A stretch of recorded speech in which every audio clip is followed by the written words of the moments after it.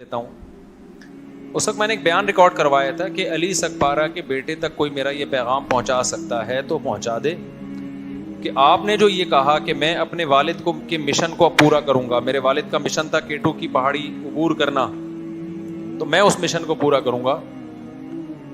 آپ کے الفاظ سے ایسا لگتا ہے کہ آپ والد کی چاہت کو پورا کرنے کے لیے یہ کام کر رہے ہیں. تو دیکھیں, اگر آپ کا آخرت پر ایمان ہے, دو ہی لوگ ہوتے ہیں, کچھ لوگوں کا آخرت پر ایمان ہوتا ہے, کچھ کا آخرت پر ایمان نہیں ہوتا. اگر آخرت پر ایمان نہیں ہے بالفرض, تو اس کا مطلب یہ ہوا کہ آپ کے ابا والد محترم جب گئے کیٹو کی پہاڑی عبور کرنے کے لیے, جان سے ہاتھ دھو بیٹھے, تو ہمیشہ کے لیے ان کی لائف کیا ہو گئی؟ ختم. اب آپ اپنی جان کو خطرے میں ڈال کے وہ کام کریں نہ کریں, آپ کے والد کی صحت پہ اس سے کوئی فرق نہیں پڑتا. ان کو پتہ ہی نہیں, کیونکہ جو ایتھیس لوگ ہیں, جو مذہب کو نہیں مانتے, وہ کیا کہتے ہیں؟ انسان کچرا ہے, کچھ دن کے لیے اس کو حیات ملتی ہے ڈارون کے نظریے کے نتیجے میں, اور اس کے بعد وہ دوبارہ کیا ہو جاتا ہے؟ کچرا ہو جاتا ہے. تو ختم. اب آپ کے ابا کو تو اس سے کوئی فائدہ ہونے والا, ان کو پتہ بھی نہیں چلے گا کہ آپ نے یہ کام کیا ہے. تو ایسا کام کیوں کر رہے ہو جس سے آپ کے ابا کو نہ کوئی خوشی ہو رہی ہے نہ کوئی غم ہو رہا ہے؟ اور اگر آپ کا آخرت پر ایمان ہے تو ظاہر ہے وہ مسلمان ہی کا ہوتا ہے نا, اور تو کسی کا نہیں ہوتا آخرت پر ایمان. اللہ رسول کو آپ مانتے ہو. 3 مذاہب ہیں جو آخرت کو مانتے ہیں, ایک یہودی, ایک عیسائی اور ایک مسلم. بہت ساری چیزیں عیسائی, یہودی اور اسلام میں کامن بھی تو ہے نا. اصل میں تو تینوں ہی سچے مذہب ہے نا, وہ تو تحریف ہوئی ہے. لیکن ہم اس بات کے پر ایمان رکھتے ہیں کہ موسیٰ علیہ السلام بھی سچے نبی تھے, عیسیٰ ابن مریم بھی سچے نبی تھے, اور محمد صلی اللہ علیہ وسلم بھی سچے نبی. تینوں کی فالوورز جو حقیقی معنی میں فالو کریں گے وہ جنتی ہیں, حقیقی معنی میں جو فالو کرے گا ان کو. تو تینوں مذاہب کا اس پر اجماع ہے کہ آخرت کے بعد ایک زندگی ہے, اس میں کامیابی ان لوگوں کو ملتی ہے جو اچھا عمل کر کے جاتے ہیں. اچھے سے وہ اچھا جس کو اللہ نے اچھا کہا ہو, جس سے اللہ خوش ہوتا ہے.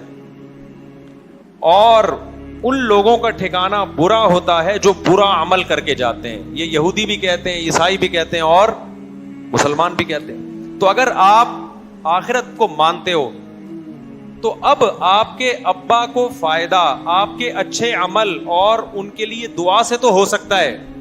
بیٹے کی نیکیاں کس کو پہنچتی ہیں؟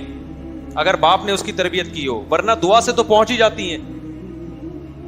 بھائی حدیث میں آتا ہے نا, ایک صحابی نے پوچھا, یا رسول اللہ, صحابیہ نے پوچھا, میری ماں کا انتقال ہو گیا, میں ان کی طرف سے صدقہ کرنا چاہتی ہوں, کیا کر سکتی ہوں؟ آپ نے فرمایا ہاں. تو صدقہ ایک نیکی ہے نا. تو ان صحابیہ کو پتا تھا کہ نبی نے بتا دیا کہ تم اب جب کسی غریب کو کھانا کھلاؤ گی تو اس صدقے کا ثواب کہاں پہنچے گا؟ اگر ماں کے لیے کھلا رہی ہو کہ یہ نیکی کس کو ملے؟ میری ماں کو ملے, تو یہ نیکی کیا ہوگی؟ ملتی ہے. کسی صحابی نے ایسا نہیں نبی سے پوچھا کہ یا رسول اللہ, میرے والد کا انتقال ہو گیا, اگر میں فلاں پہاڑی پہ چڑھ جاؤں اور ایک ریکارڈ قائم کر لوں تو کیا میرے والد کو اس سے فائدہ ہوگا؟ کسی صحابی نے ایسا سوال بولو نہیں پوچھا, کیونکہ صحابہ یہ بات جانتے تھے کہ یہ اچھا سوال نہیں ہوگا. نبی کو اس پہ غصہ بھی آ سکتا ہے, غضب بھی آ سکتا ہے, ایک فضول سوال ہوگا, کیونکہ اللہ کو اس سے کیا پہاڑ پہ چڑھیں یا پہاڑ سے اتریں. میں سمجھا پا رہا ہوں اپنی بات. اللہ کو اس سے تو غرض ہے کہ اس کی مخلوق کو کوئی بھوکا ہو کھانا کھلا دے تو اس کا پیٹ بھر جائے. الخلق عیال اللہ, حدیث میں آتا ہے یہ مخلوق اللہ کی عیال ہے, گویا اللہ کا خاندان ہے. جیسے کہ آپ کسی کے بچے کو کھانا کھلا دیں تو باپ خوش ہوتا ہے نا, تو مخلوق کو کھانا کھلائیں گے کون خوش ہوگا؟ اللہ. ہاں, یہ ایک الگ بات ہے کہ جب نبی صلی اللہ علیہ وسلم مشرکین سے کہتے کہ مخلوق کو کھانا کھلاؤ, تو مشرکین کہتے اللہ خود ہی کیوں نہیں کھلا دیتا؟ اللہ نے ان کو غریب پیدا کیوں کیا ہے؟ پھر آئی بات سمجھ میں؟ یہ ایک بیہودہ سوال ہے. بھائی اللہ نے غریب کو پیدا کیا تاکہ مالدار کی آزمائش ہو. اس میں حکمتیں بہت ساری, کسی کو غریب بنایا, کسی کو امیر بنایا. یہ حکمتیں فوت ہو جاتی ہیں نا اگر اللہ سبھی کو کھلا دیتا. لیکن اللہ غریب کا پیٹ بھرنے سے خوش ہوتا ہے, اس مالدار سے خوش ہوتا ہے جو غریب کا خیال رکھے. تو صحابیہ نے نبی سے کیا پوچھا؟ میں اگر صدقہ کروں گی تو میری ماں کو, نیت میری ہوگی اپنی ماں کے لیے صدقہ کر رہی ہوں. تو میں نے کہا تھا کہ علی سکپارہ کے بیٹے کو میرا کوئی پیغام پہنچا دے کہ بھئی آپ کے والد صاحب کی جو ڈیتھ ہوئی, اللہ مغفرت فرمائے ان کی, ان کے درجات بلند کرے.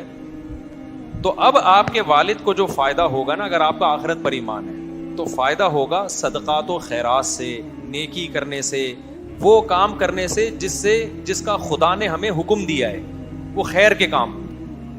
پہاڑ پہ چڑھنے سے کسی بھی مسلک کے عالم سے پوچھ لینا، پہاڑ پہ چڑھنا کوئی نیکی نہیں ہے جس کا ثواب پہنچایا جا سکتا ہو. سمجھ میں آ رہی بات کہ نہیں آ رہی؟